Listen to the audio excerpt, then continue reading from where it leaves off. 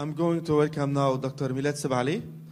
Dr. Milad, I knew him from also school days, and then he proved to be very courageous.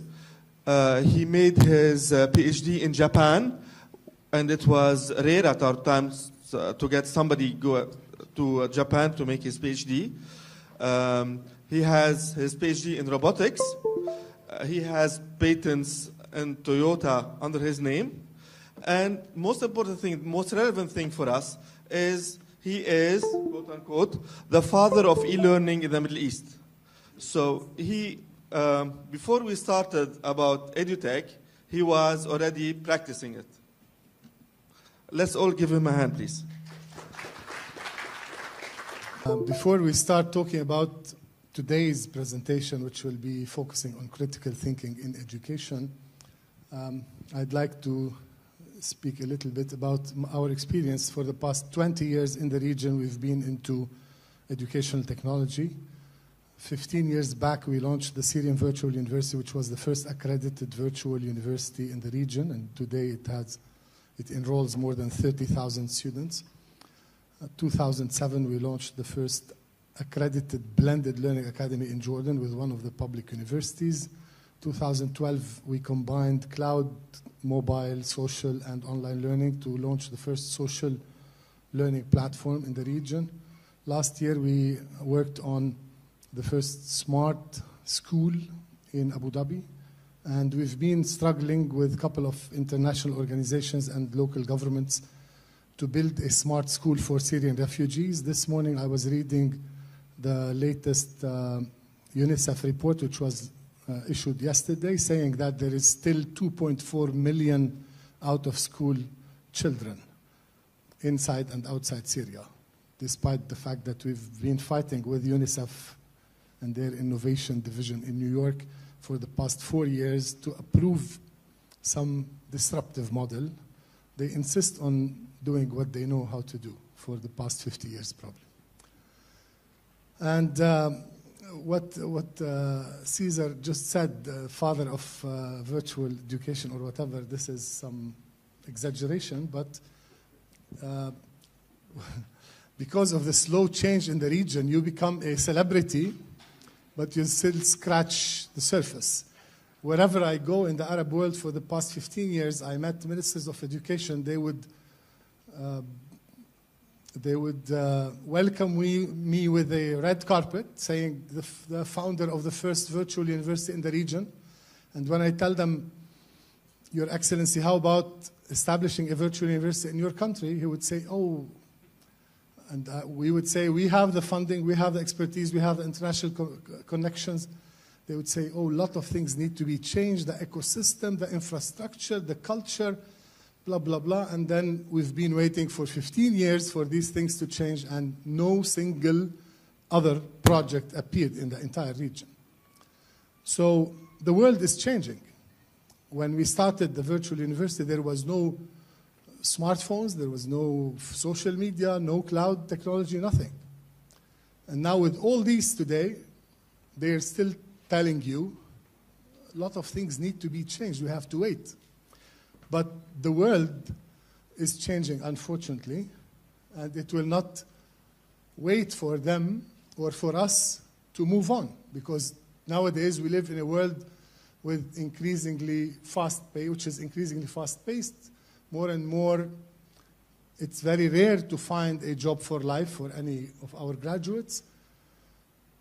More roles are, or jobs are at risk of being automated or disrupted, and skills and ideas are evolving and being introduced very frequently. And nowadays, graduate would expect to go through different jobs across different industries in the course of a career, and he has to coexist with new technologies that are yet to arrive or starting to arrive, Internet of Things, different types of artificial intelligence, cloud computing, robotics, cyber security, adaptive, and augmented reality, and many others. If we look at the World Economic Forum's report of last year, they're saying that the most demanded skill set in 2020 would be complex problem solving, critical thinking, creativity, and others. And if we compare with 2018, we can see that critical thinking was number 4 and creativity was number 10, for example. So the problem is that these are hard to hire and hard to develop. Everyone would say we're developing critical thinking, creative thinking, and so on. But there was, until today, there is no single measurement tool that is known in the world, and people don't know how to develop those skills. So with this digital transformation, the careers that will survive will be those that will demand the higher order of thinking. And if we look at the, again, different types of reports, talking about skill disruption or even jobs disruption, 50% of existing jobs will be automated within the next 20 years. 35% of core skills will change from now till 2020. Anything that cannot be digitized will be increasing in value. Some people might say, well, this is what's happening in the international market. It will take time to arrive. 2 days back, I was visiting one of my friends at a top Lebanese public institution, which is one of the most sophisticated in the country. And he told me that 400 out of their 2,000 employees today, in 1 year, when they finish implementing the current sophisticated system, 300 out of those 400 will not be needed in 1 year only, in Lebanon, not New York or Europe. So critical thinking is a type of thinking that remains too advanced to be automated to a certain extent, and this is relative, and this is a moving threshold. We cannot say this forever. So what is critical thinking? Critical thinking are, or what are critical thinking skills? They are skills that are portable, that can move with an employee from one job to another across his life. And initially, we can say that a good critical thinking is a person who can think for himself, question himself or herself, consider all possibilities, look at new solutions, original ideas, versus someone who looks what experts say, only question others, consider what's convenient, and look for the obvious, and so on. Critical thinking is all about asking questions, the right questions, questions that help you assess both the meaning and the significance of claims and arguments. Building these skills and applying them in your life makes it easier for you to assess evidence, evaluate arguments, and adapt your thinking so you stay switched on and engaged in different situations. Critical thinking involves stepping back from a situation to enable you to see all the angles before making judgments or taking decisions. It means identifying the key points, analyzing the sources of information, weighing up different types of evidence, just as a judge and jury would do in a court of law, and putting it all together into your own independent, thought-through point of view. One thing that it's very important to realize is that critical thinking isn't about being critical. And it's about much more than just finding flaws in other people's claims. By itself, that isn't enough to give you an edge. To be a true critical thinker means being creative, reflective, and adaptable, evaluating the evidence to decide for yourself what is accurate, what is relevant, and do I have sufficient information to take a decision on this topic? Thinking critically means taking a stand for yourself. It can be difficult not to be swayed by close family or friends' views on things, or certain beliefs that just feel right. But learning how to use these higher-order thinking skills can help you to feel much more confident in your own opinions and conclusions. Critical thinking is also about a sense of discovery and excitement, not only about learning, but evaluating arguments to see how they stand up. and filtering for yourself what resonates as right or wrong. By using these techniques, you'll find yourself becoming a clearer, better thinker. I mean, this was some academic introduction about critical thinking, but just to say that there is a need for a practical definition also, which we will go through in a minute. Just looking at some innovative organizations worldwide, the trade-off between routine on one hand and innovation and opportunity on the other hand requires higher level of thinking, and it requires to give the employee, to restructure the workplace in order to provide the employee with more autonomy, learning opportunities, working with task complexity, performance, participation, and so on. And most of the researchers who worked on critical thinking found a correlation between critical thinking skills and academic success, intellectual growth, professional competence, open-mindedness, employability, job performance, and job satisfaction. And in order to understand what flavor is added by looking at critical thinking skills versus job skills, if we look at a marketeer example, learning the job skills would mean that you learn the skills of a marketeer, while learning the critical thinking skills would add to this by giving you the ability to learn to think like a marketeer. And it's more important now how you process what you know rather than what information you know, because information is becoming, or even knowledge is becoming available everywhere around. So looking at different organizations, we see that organizations that grows nowadays are organizations that look for identifying their high potentials and future leaders, and look to see how to develop potential, how to inspire innovation across the organization, how to empower leadership, how to make better decisions. And if you look at the details of that, we will see that critical thinking would enhance each and every one of these, as we will be discussing later.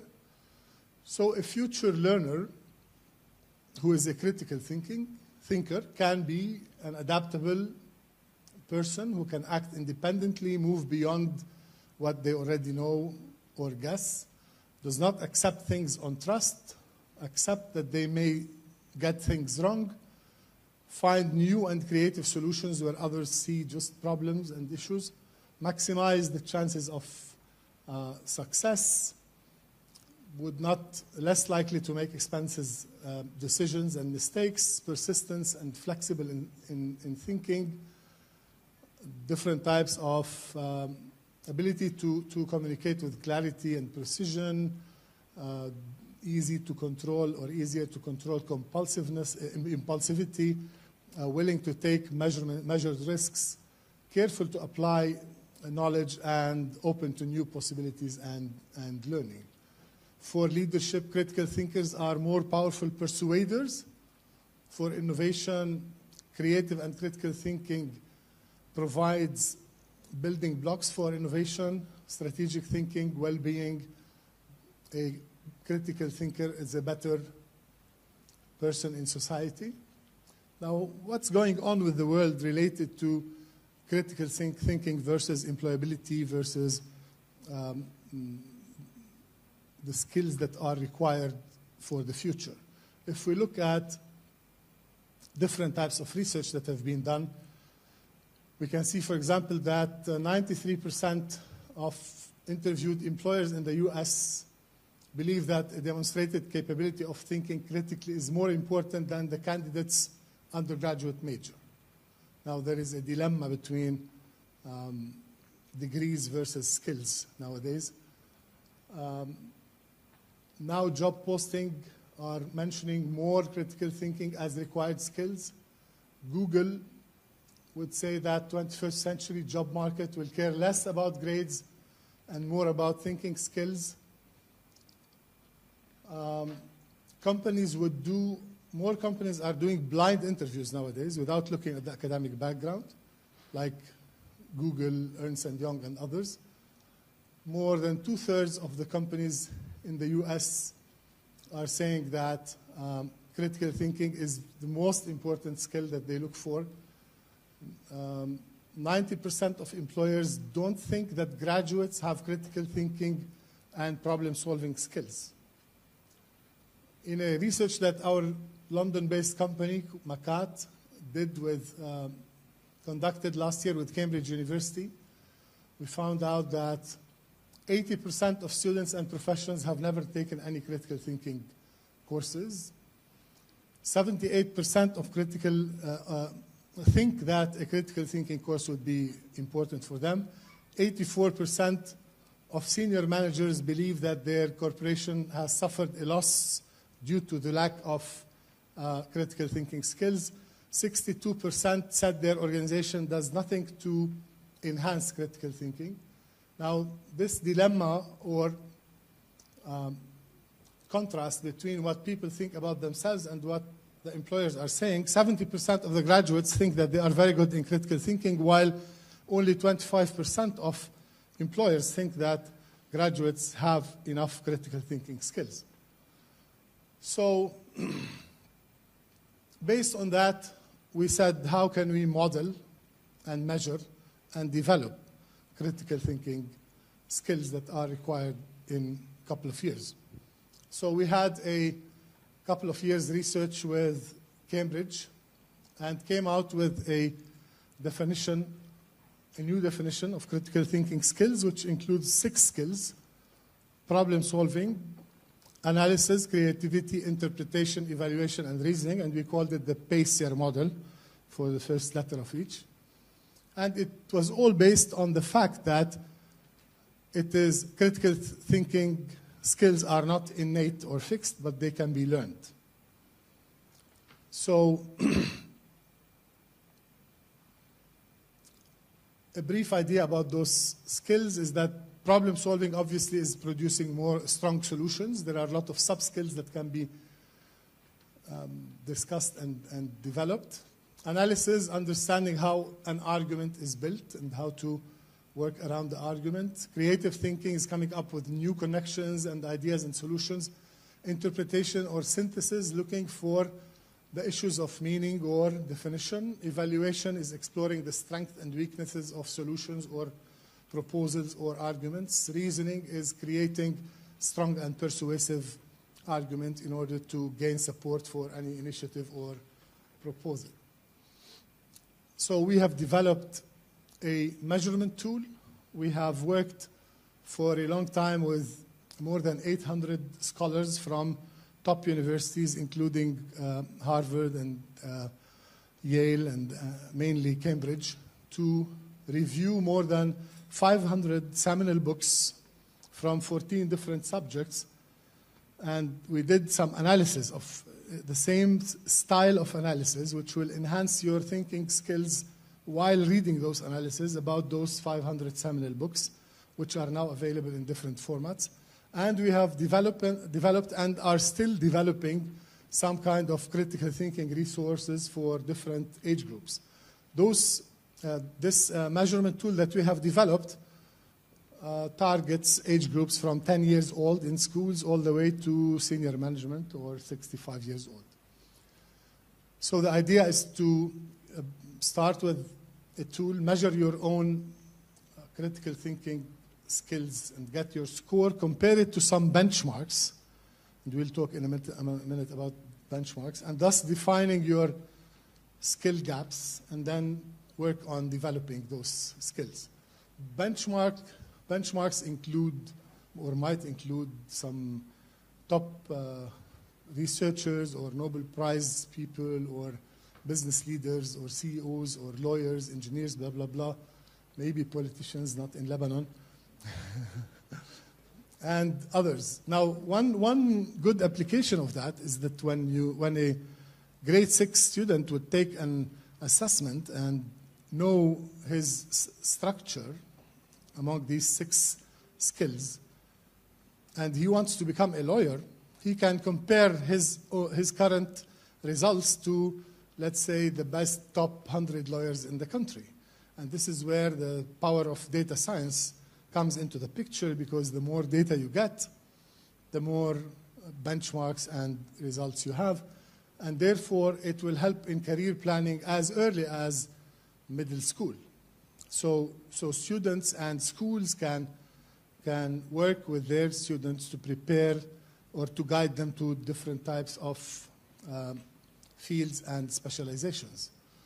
And if we look at those 6 skills that we're talking about, there are 3 of them: problem solving, analysis, and reasoning belong to the, if you want to think about the left and right brain, are on the left side of the brain, and interpretation and evaluation and creativity are more on the right side. So it's a kind of a balanced system. And the good thing is that individual scores can be aggregated at the school level. So, for example, when I came back some like 10 years back, I wanted to send my kids to our famous school, St. Joseph School. For some reason, my daughter was not accepted because she was younger than her class, so I sent it to another school. I will not say what, but an American program. And after 1 year, I realized that while St. Joseph is very good probably at reasoning and analysis and so on, but very weak in creativity and probably presentation skills and communication skills and developing the character of the student, so I had to move my son to the other school. So later on in London, when we collected data from hundreds of schools, we could categorize schools into different categories. Some schools are excellent in problem solving, analysis, and probably reasoning. And the graduates of those schools would be more successful in engineering schools than in, for example, creative or any kind of design or other areas. So at the school level, and what we are planning for now, we're working with OECD on validation of this assessment in order to have it as a global index for critical thinking, where we can have even an entire country's score. So, you know, there are a lot of international indicators at the country level. So what we're trying to do is to have a global index for country level for critical thinking. And the good thing is that at the corporate level or a school level or a university level, if a school discovers that, let's say, the overall corporate score is weak in creativity, they might go and test the teachers as well. It's not only the students. Probably we've done that in London, in many schools, especially the old 500 years or 400 years schools, which are very well structured. And when they complained that their score in creativity and interpretation was low, we said, let's test the teachers. And the teachers scored low as well. So we started working on some teachers' training programs on how to develop those skills. So what I'm saying is that development is not necessarily for the entire 6 skills. You can go for development of 1 or 2 or a certain set of skills. As I said, this is the library that we've developed, and it's available in different formats. Even it's on Amazon.com or Audible or other places. And each of those reviews that we've done would enhance one of a primary skill and a secondary skill, one of the 6 skills. So we're using this library also as one form of development. If I'm weak in creativity and problem solving, I will have probably a couple of 10 or 20 titles to read in different subjects. Now, how to develop critical thinking? Okay, now we have a tool to measure, and we can compare to different benchmarks that we can collect from data collected around a certain country or a sector or around the world. How to develop those, especially that the business community is recognizing the importance of critical thinking one day after another. So, but the dilemma that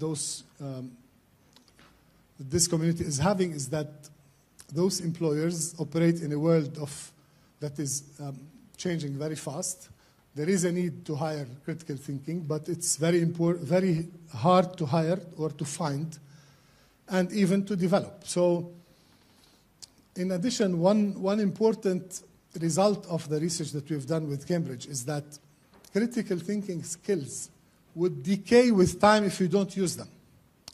And one of the results that I skipped from a previous slide was that we realized in our research that we've done over 11,000 persons, students and employees and so on, is that from the age of 16 to the age of 64, the skills are not improving in the workplace.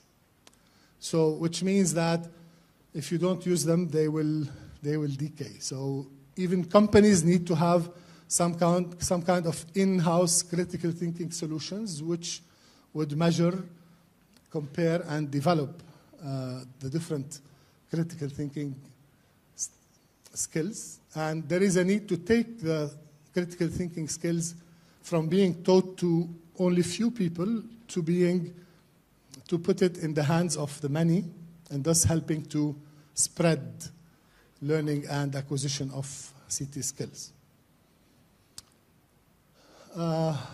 Albert Einstein stated maybe 100 years ago or less that the value of an education is not the learning of many facts, but the training of the mind to think something that cannot be learned from textbooks.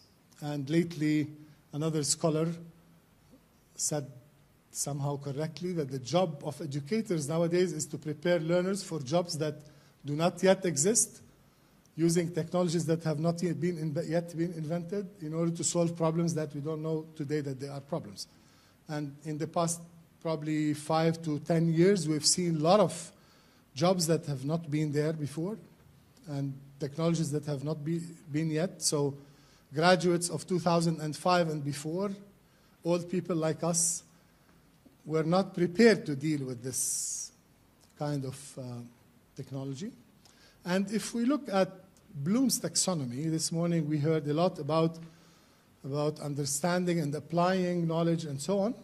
If we look at the Bloom's taxonomy pyramid, and starting from bottom to top, we can say that first you have the remembering skills, then understanding, then applying, and then going to a higher level of thinking skills, including analyzing, evaluating, and creating knowledge.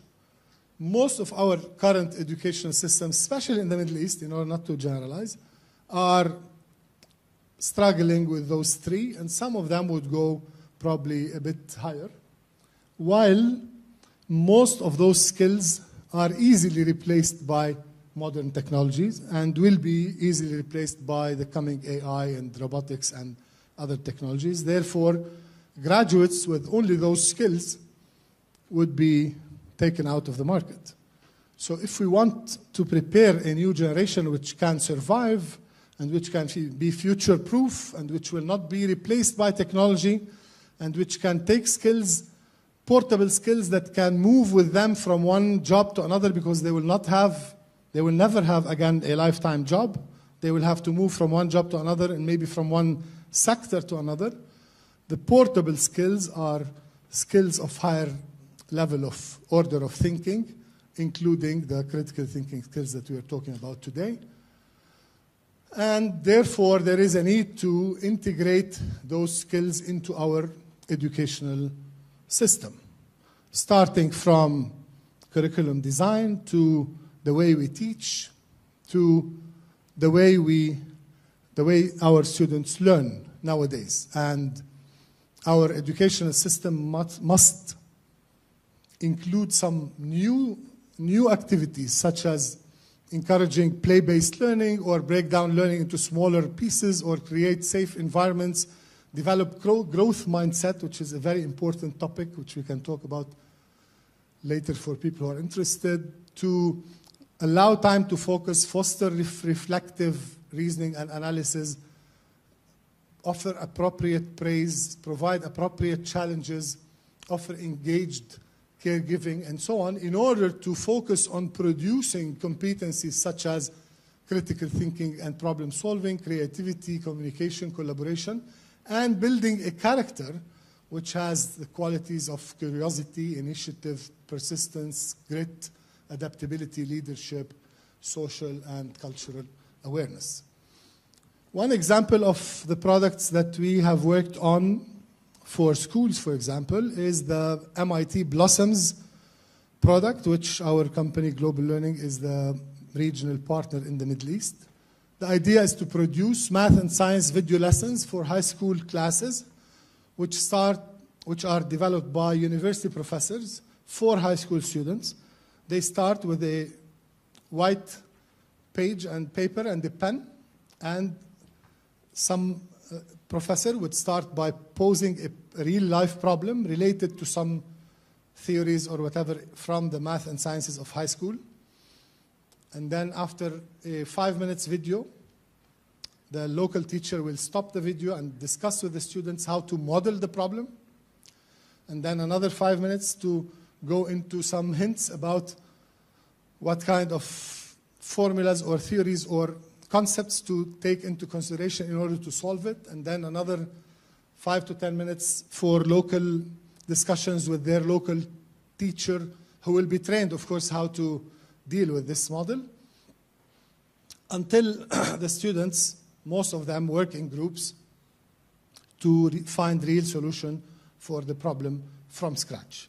So this was designed in order to train the students on implementing higher levels of thinking and critical and creative thinking and innovative problem solving. Some of those videos, now there are probably 150 or 200 videos. Some of them were produced at AUB and DU, some Jordanian and Saudi universities, and many of the English ones are also Arabized so that they are available in different languages. Other types of critical thinking development at school level, teachers training is very critical. How to integrate critical thinking into teaching. There are special programs that have been developed for different subjects, even sociology or history or philosophy or STEM-related subjects. There are a good number of critical thinking enhanced lesson plans. The same subject that is usually taught by teachers in school just to cover the material and say, I finished chapter 5, is redesigned in a way to stimulate the thinking of the students and train them on how to think and how to be aware, because one of the definitions of the nice definitions of critical thinking or cognitive or metacognition is to think how you think when you think. So analyze your thinking on the fly.